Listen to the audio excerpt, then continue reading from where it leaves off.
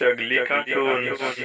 एक बार की बात है, एक नगर में एक बहुत ही कंजूस सेठ रहता था। उसके पास अपार धन संपत्ति थी, लेकिन वह हमेशा पैसों के मामले में बेहद कंजूस और लालची रहता था।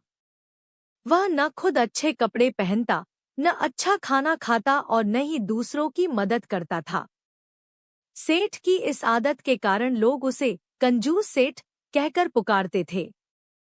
सेठ का एक नौकर था, जो रोज उसे समझाता कि सेठ जी, इतना पैसा कमाकर क्या करेंगे, जब उसका सही उपयोग ही नहीं हो पाएगा। कुछ पैसा गरीबों की मदद में लगाएं, इससे पुण्य मिलेगा। लेकिन सेठ उस पर ध्यान नहीं देता था और कहता, पैसा मेहनत से कमाया है, यूं ही बर्बाद नहीं करूंगा। एक दिन सेठ बीमार पड़ गया। उसकी हालत दिन-ब-दिन बिगड़ने लगी। उसने कई वैद्य हकीम बुलाए, लेकिन उसकी हालत में सुधार नहीं हुआ। अंत में एक बुद्धिमान वैद्य ने उसे सलाह दी, आपकी बीमारी का इलाज तभी होगा जब आप अपनी संपत्ति का एक हिस्सा गरीबों में दान करेंगे।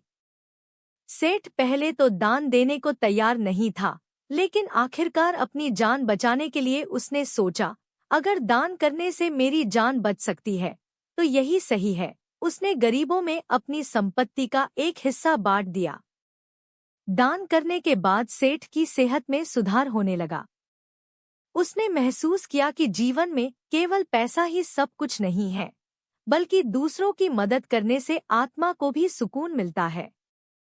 इस घटना के बाद सेठ की सोच बदल गई। अब वह दान पुण्य में विश्वास करने लगा और अपने पैसे का एक हिस्सा हमेशा जरूरतमंदों के लिए अलग रखता था। नगर के लोग अब उसे आदर से दानवीर सेठ कहने लगे।